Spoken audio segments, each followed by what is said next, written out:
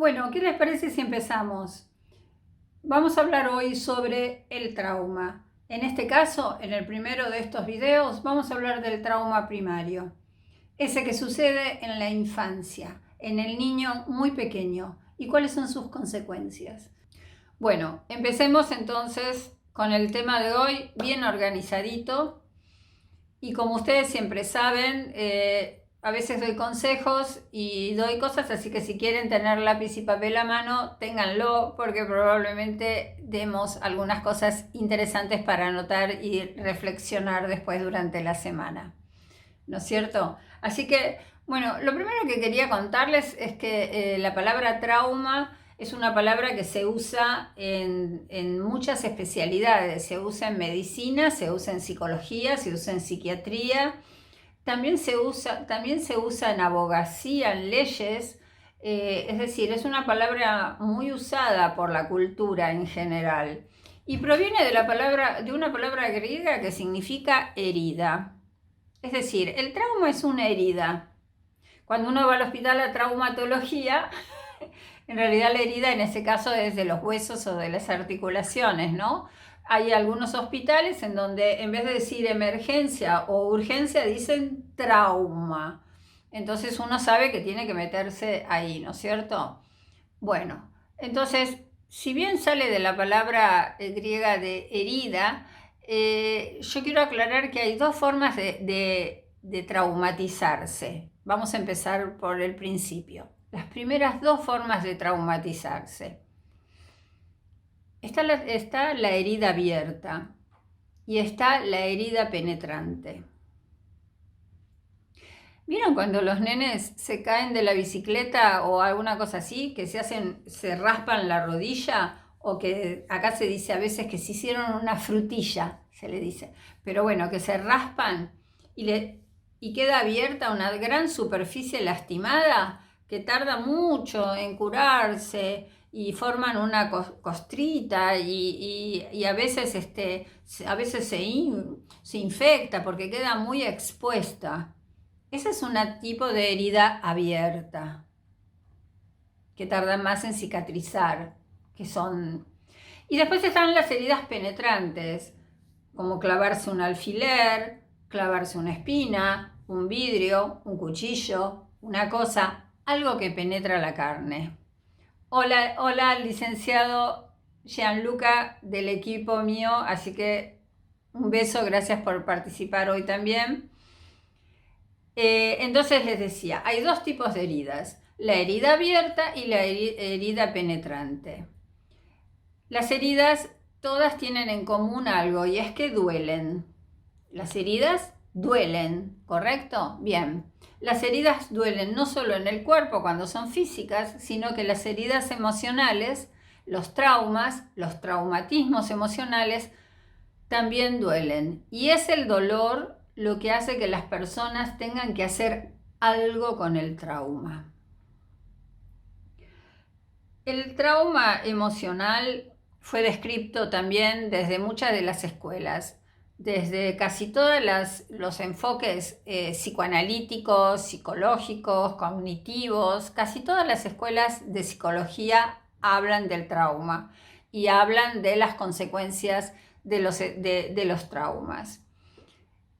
El trauma no es lo que te sucedió. No es que todos los que se clavan una astilla, todos los que sufren un raspón, todos los que se quiebran un brazo, todos los que son abandonados por un novio o una novia, todos van a sufrir de la misma manera. Por lo tanto, primera cosa, los traumas no se refieren a lo que te sucedió, sino a cómo vos viviste lo que te sucedió. ¿Entienden la diferencia? Voy a ir a un caso más severo. Se produce una catástrofe, cualquier cosa, una situación grave, se incendia un edificio, hay un terremoto, no todas las personas lo van a vivir de la misma manera. Depende de tus capacidades de reacción, depende del momento que te tomen, de tu fortaleza, de si estás acompañado, si tuviste una... Es decir, el terremoto es igual para todo el mundo, pero la consecuencia es distinta. Un abandono amoroso, para unas personas dicen, que se vaya la mierda, no me interesa, chao, borrón y cuenta nueva, le bajo la cortina, y el otro queda años destrozado. Entonces, lo primero que les quiero decir es que el trauma depende más de tu situación personal, de tu capacidad de soportar, de cómo lo elaboraste y qué hiciste con lo que te pasó. Ahora bien, hay algunas cosas que son demasiado fuertes y que ahí sobrepasan los diques de tolerancia, los umbrales de casi todo el mundo. Y voy a hablar un poquito de ese tipo de trauma, ¿ok? De los traumas emocionales de la infancia. El trauma es una herida, como les dije, es de la palabra griega que quiere decir herida, y hay traumas que son traumas en el alma, hay traumas en la mente y hay traumas en las emociones, ¿no? Todos esos traumas, si no se curan, si no sanan, si no se hablan, si no se resuelven, quedan permanentemente generando dolor. Es un dolor emocional, ¿ok? Emocional. Y entonces, ¿qué hace la gente? ¿Qué hace? ¿Vos podés vivir mucho tiempo con un dolor? No, todas las personas hacen algo con ese dolor. Es decir, se actúa con respecto a ese dolor. Y lo que uno intenta hacer desde muy pequeño, es protegerse. Protegerse. A veces no lográs sanar la herida, pero seguramente vas a tratar de protegerte. Y ese tipo de protección puede llevarte a tener serios problemas, porque depende de lo que hagas para protegerte, a veces el intento de proteger genera más problemas que el trauma en sí mismo. ¿Entienden? ¿No? Lo que digo. Entonces, por ejemplo, si alguien de niño, muy chiquitito, es tratado con falta de amor, con desconsideración, con abandono, con maltrato, aunque sea muy pequeñito, les aviso que el niño se da cuenta que no está siendo bien tratado. Los niños, incluso de 2 años, de 1 año, de meses, de bebés, saben y se dan cuenta cuando no están siendo bien tratados, bien amados.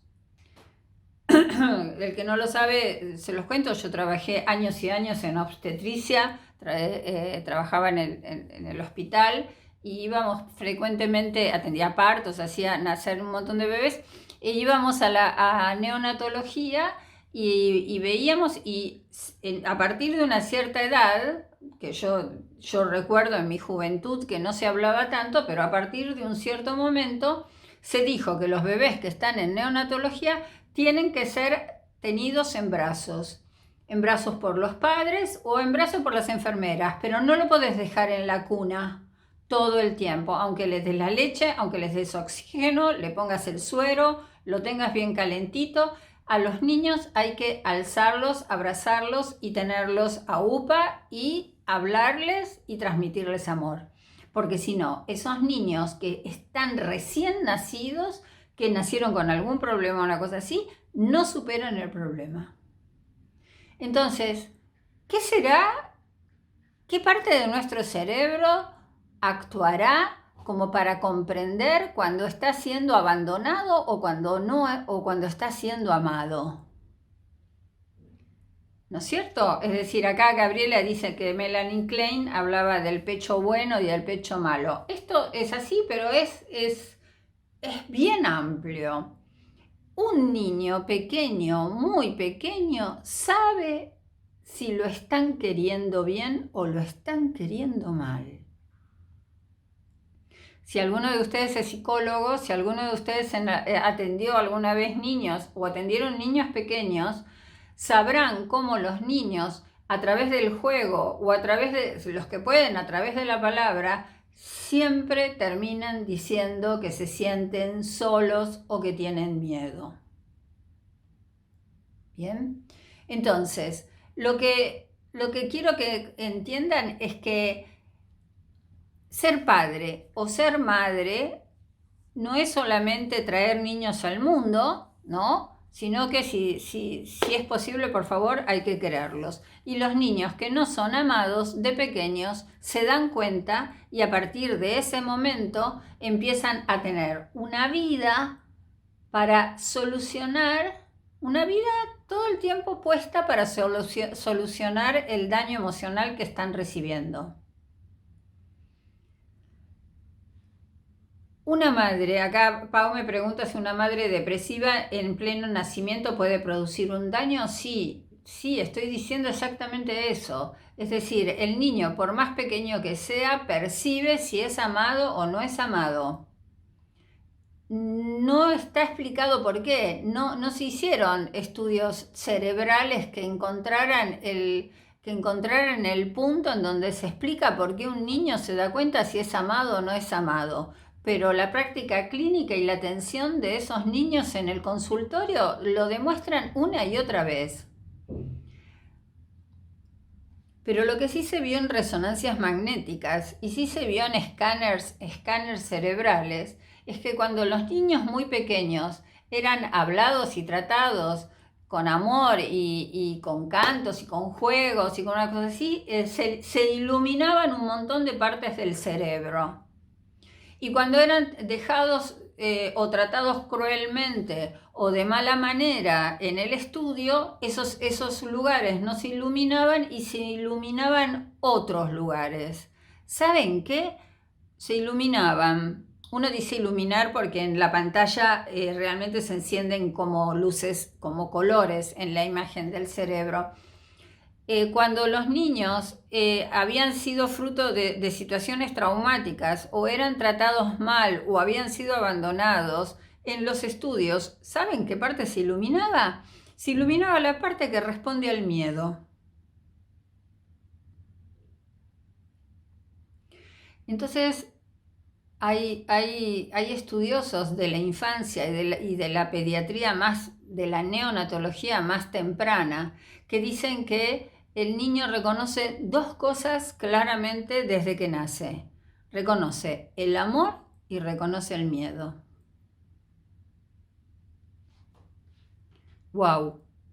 Eso en realidad da un poquito de miedo, ¿no es cierto? Pero es así. Entonces, cuando un niño percibe de muy pequeño que los padres o quien lo críe, pero vamos a poner los padres, no lo están amando, que cuando el niño llora, pide, ríe, juega, camina, habla, sonríe, no encuentra en los padres una respuesta amorosa, ese niño empieza lentamente a pensar que no puede ser el mismo. Y acá empieza la parte difícil de entender sobre el trauma. Y ahora voy a hablar del primer aspecto que se produce en los niños cuando sufren de trauma temprano.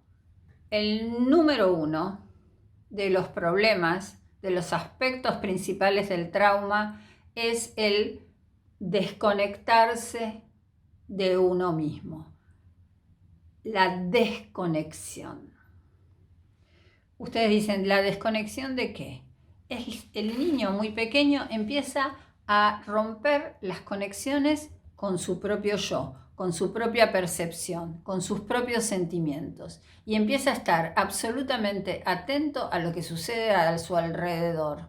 Se empieza a desconectar de sí mismo. Y esa desconexión, chicos, les va a durar casi toda la vida.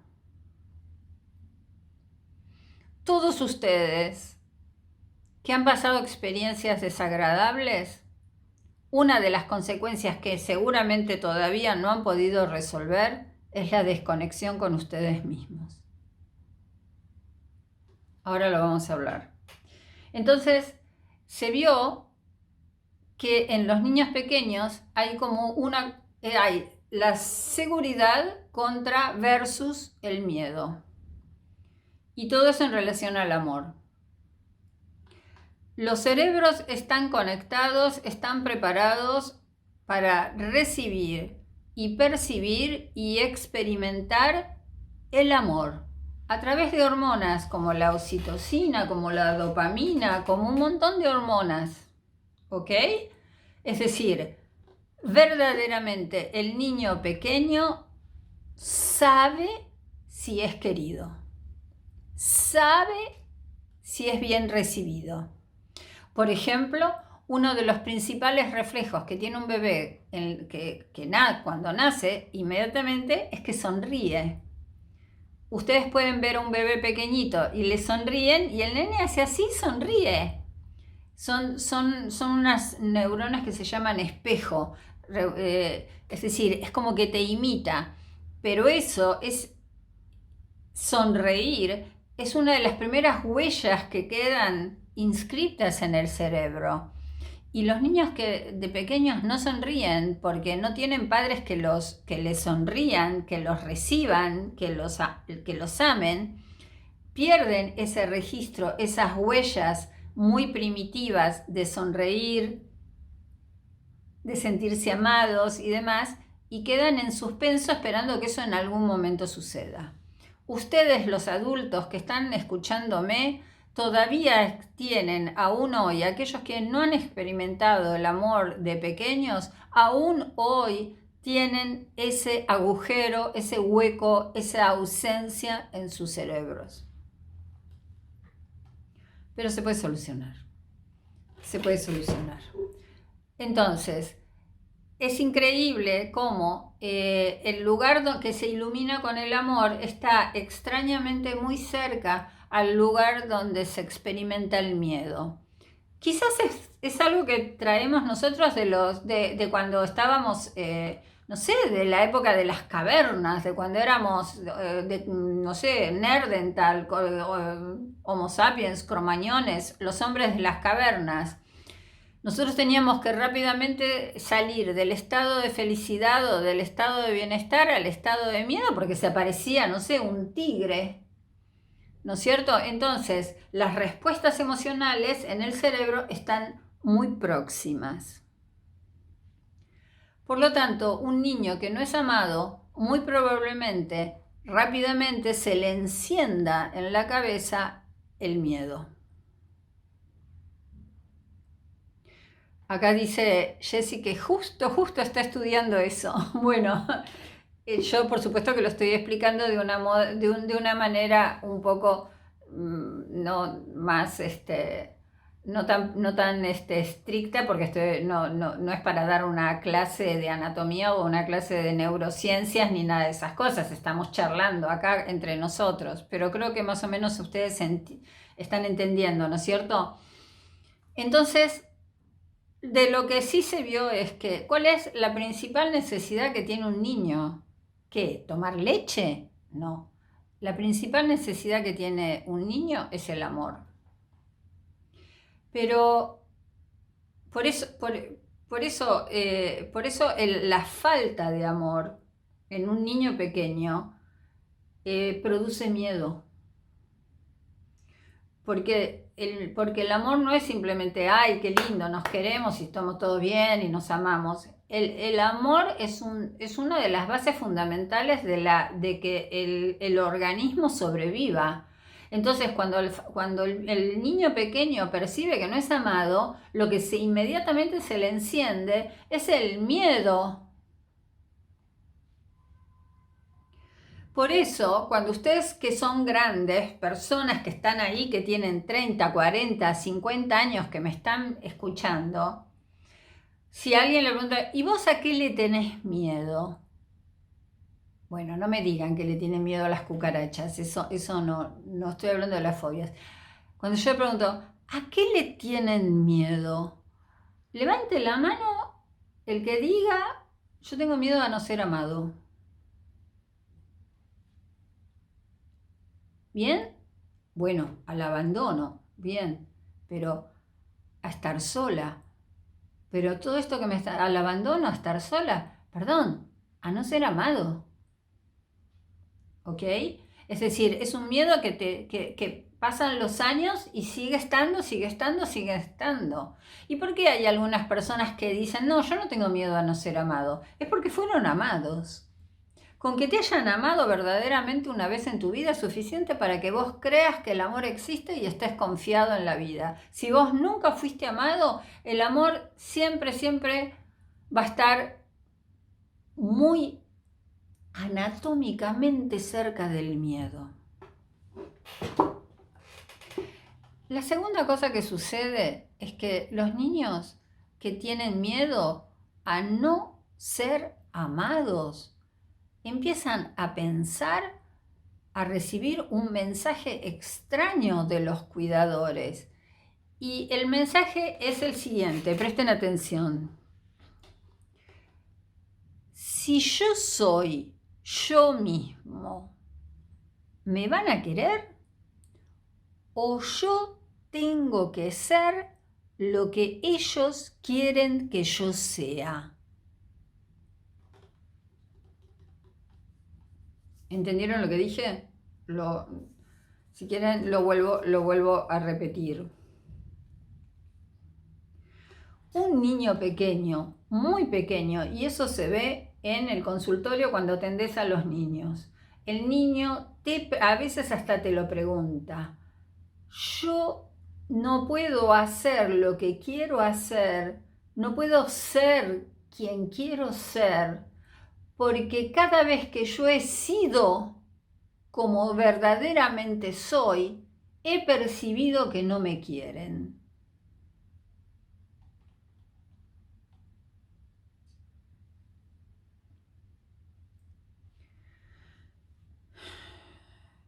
Cuando uno tiene un padre o una madre con trastornos de personalidad o enfermos o que no aman o que no te desearon, si hay algo que esos padres no soportan es a cómo el niño es en su verdadera naturaleza. Esos padres que no aman siempre quieren que los niños sean como ellos quieren que sean. Que no molesten, que sean Entonces ahí empiezan todas las indicaciones de cómo debe ser. Vos tenés que estudiar, vos no tenés que molestar, no grites, no llores, no me molestes, sé bueno, sé perfecto, sé el mejor. Y te empiezan a decir un montón de cosas de cómo ellos quieren que vos seas para que no los molestes. Exacto, Víctor pregunta, ¿el niño actuaría en función de lo que realimentan sus padres? Exactamente. Si los padres no aman a sus hijos, lo que van a hacer con esos niños es tratar de que los niños sean lo suficientemente adaptados a sus exigencias y a sus deseos para que no molesten y para que no interfieran en la vida de los padres. Entonces los niños, lentamente, esos niños aprenden a que tienen que hacer un montón de cosas para agradar al padre o a la madre, y eso es dejar de ser ellos mismos. Dejar de ser ellos mismos. Cuando yo hablo con los codependientes de los narcisistas patológicos, cuando yo atiendo a los pacientes, una de las quejas más frecuentes que me dicen los codependientes, hombres o mujeres, es que a partir de que están con esas parejas han dejado de ser ellos mismos, que no se reconocen, que terminan haciendo las cosas para conformar al narcisista patológico. ¿No es verdad? ¿Y de dónde viene eso? ¿De dónde viene ese renunciamiento, esa distancia con lo que es uno mismo? Ni más ni menos que del trauma primario. Entonces, ese niño va a experimentar desde muy pequeño que si ellos no van a ser amados. Por lo tanto, tienen que ocultar su verdadero ser. Bien, entonces, ¿qué es lo que el niño empieza a hacer? Empieza a reprimirse a sí mismo. Y ese proceso empieza desde la más tierna infancia y avanza y avanza y avanza y encontramos a personas con 60, 70 años que todavía no saben quiénes son. ¿Y todo eso por qué lo hacen? Porque el miedo a no ser amado, el miedo a ser abandonado, el miedo a ser desplazado, es el peor de los miedos y es el peor de los dolores. Es una herida que duele profundamente. Por eso el trauma es una herida. Esa herida duele eternamente. Miedo a que me abandonen, miedo a que me dejen, miedo a que a que no me miren más, a que no me reconozcan, a que no me escuchen. Entonces, ese niño ya no puede ni enojarse, ni estar triste, no puede hacer absolutamente nada porque inmediatamente siente que es rechazado. Entonces, la frase es, si yo soy yo mismo, no me van a querer. Por lo tanto, tengo que ser lo que ellos dicen que yo debo ser para entonces así ser amado.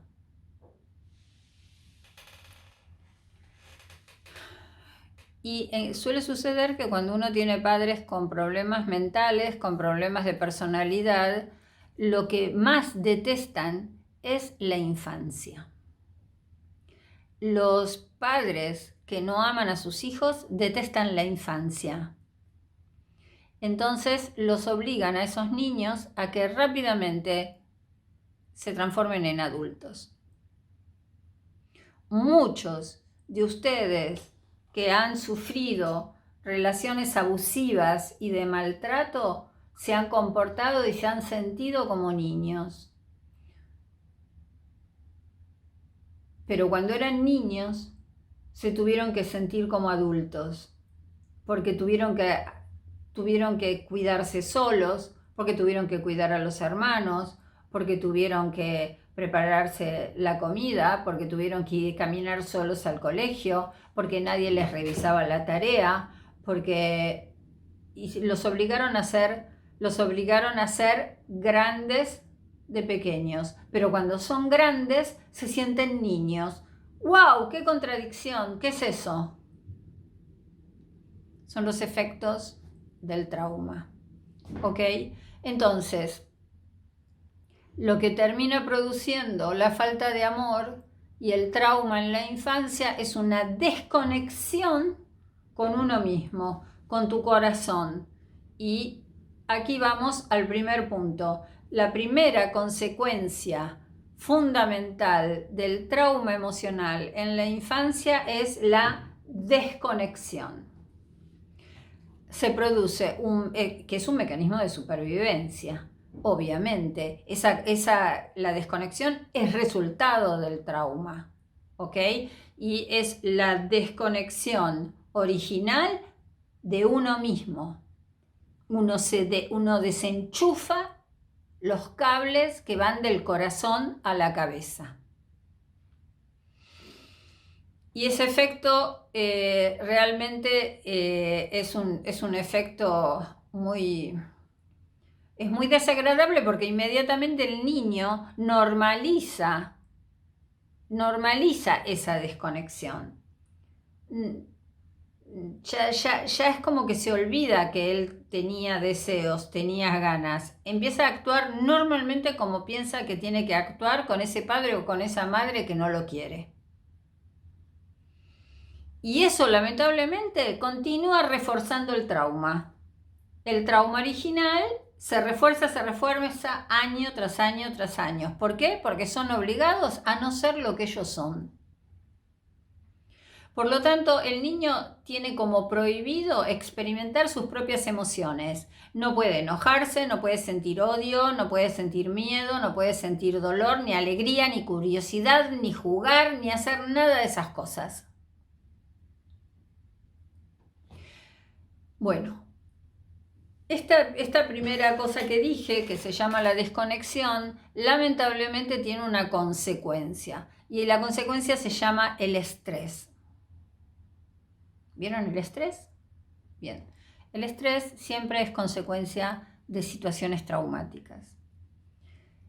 Cuanto más te alejes de vos mismo, cuanto más ignores tus deseos, cuanto más sordo o sorda te vuelvas a los mensajes que emite tu cuerpo y que emite tu corazón, más estresado te vas a poner. Y lo más estresante de todo es cuando uno no puede ser uno mismo. ¿Está claro? Por lo tanto, la desconexión provoca inmediatamente estrés. Desde niños, siempre. El segundo punto que tienen que tener claro es que, así como el primero fue la desconexión, el segundo es la represión. ¿Qué quiere decir? Uno empieza a reprimir sus propios deseos, reprimir sus impulsos, reprimís tus quejas, reprimís tus, no sé, tus ganas de lo que sea, reprimís tus emociones, reprimís tu sexualidad. Empezás a reprimir todo y te volvés un ser plano, hueco. A tal punto que ni siquiera sabés lo que sentís. ¿Cuántas veces yo en el consultorio le pregunto, ¿estás angustiado? Sí, estoy angustiado.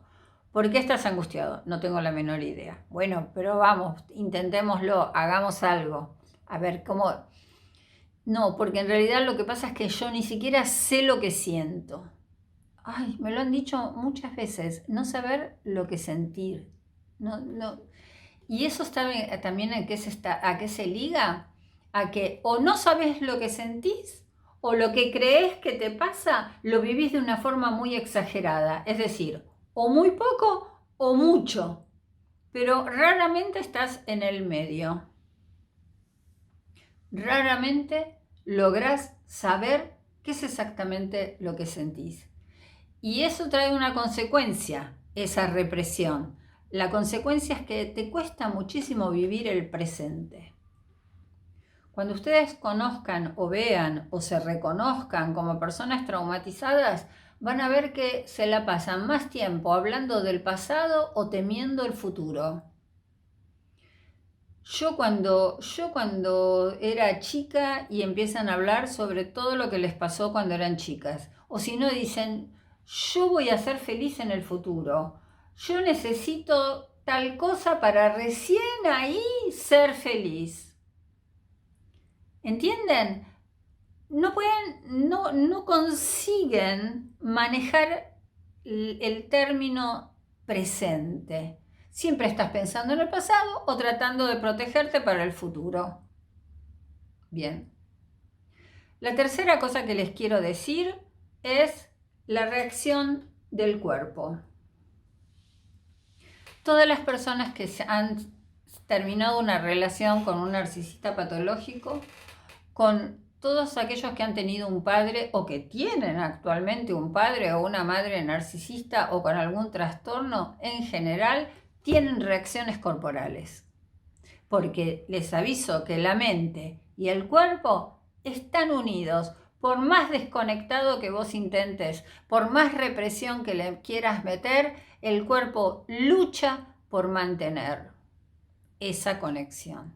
Y te lo dice todo el tiempo, te manda mensajes todo el tiempo, porque hay una conexión siempre entre la mente y el cuerpo, entre el espíritu y el cuerpo, entre los individuos y la sociedad, entre los individuos y la naturaleza.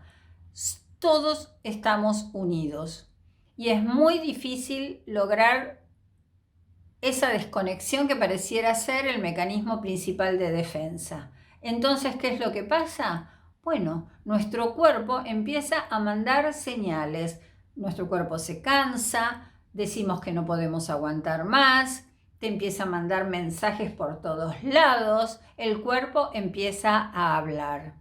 Y eso muchas veces uno termina diciendo que tiene síntomas. Entonces habla de tengo síntomas, tengo gastritis, tengo insomnio, tengo colon irritable, tengo problemas en la piel, y entonces uno para buscar solucionar esos llamados de auxilio del estrés del cuerpo va al médico. Entonces vas al médico y le decís, mire, tengo eczemas, ¿ves? Estoy con psoriasis, estoy con eso. Y entonces el médico te cura el cuerpo. ¿No? Claro, alcoholismo. Te cura el cuerpo. Y entonces, claro, ¿qué pasa? ¿Pero qué está tratando de decirte el cuerpo? ¿Qué está tratando de decirte el síntoma? Es decir, no lo vas a saber porque el trauma, una de las cosas que intentó hacer es desconectarte con vos misma. Entonces vos vas para que te curen el eczema, pero en realidad, bueno, y aquí lamentablemente debo decir que muchos médicos, en vez de decir, bueno, esto es una enfermedad psicosomática, usted tiene disminuido su sistema inmunológico y probablemente sea por el estado emocional en el que está, usted tendría que, yo le voy a dar la cremita para la piel, pero usted tiene que ir a hacer terapia. Hola Irene, tarde pero segura. Entonces, voy a dar algunos tips para ir empezando a pensar en qué hacer para solucionar este problema que estamos diciendo. La primera cosa es reconocer que algo está sucediendo. Por favor, si el cuerpo te da señales, escúchenlo. Si la angustia te da señales, escuchen a la angustia. Algo está sucediendo, ¿ok? Bien, y muy probablemente te está diciendo que hay algo que no está siendo auténtico. Bien, la otra cosa es presten atención a ver si ustedes están siendo ustedes mismos. Mírense, escúchense, fíjense si ustedes están siendo auténticos. Y fíjense si están teniendo actitudes de autorrechazo, por ejemplo. Si se descubren que se están reprimiendo, si se descubren que están hablando mal de ustedes mismos innecesariamente, por ejemplo. Por lo tanto, traten de identificar las heridas. Es fundamental, porque una vez que identifiques las heridas vas a poder empezar a trabajar y a identificar el trauma. Y una vez que vos localices el trauma, lo tenés que empezar a hablar y el trauma se va a ir resolviendo. Es decir, ¿por qué? Porque el trauma no solo lo vivís vos, sino que se lo transmitís a las generaciones, a tus hijos, hasta a tus nietos. En psicología se dice que el trauma dura 3 generaciones. ¿Ok? Así que, chicos, traten de empezar a resolver la cosa ustedes, no se lo dejen a sus hijos y a sus nietos. Entonces, ¿por qué? Porque es una cuestión de responsabilidad. Vos tenés que ser responsable por lo que te está pasando, ¿ok? Basta. Ya son grandes, todos ustedes ya son viejos ahí, así que hay que ser responsables, no solo por vos, sino por las personas que te rodean, por tus hijos, por tu nueva pareja, por tus hermanos, por tus amigos, por todos. Resuelvan los traumas. Los traumas se pueden resolver. ¿Saben cómo? Un truco, sean curiosos. Quiero que anoten esto. La curiosidad. La curiosidad. Pregúntense, ¿por qué dije lo que dije? O, ¿por qué no dije lo que quería decir? ¿Por qué hice esto cuando no quería hacer esto? ¿A qué le tenía miedo? sean honestos con ustedes. Sean amables con ustedes. Escuchen lo que el cuerpo les está diciendo. Escuchen sus propias palabras. No sé, diseñen su universo.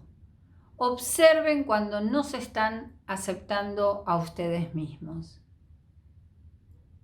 Tomen nota, tengan curiosidad al respecto, investiguen y hagan algo para curarse.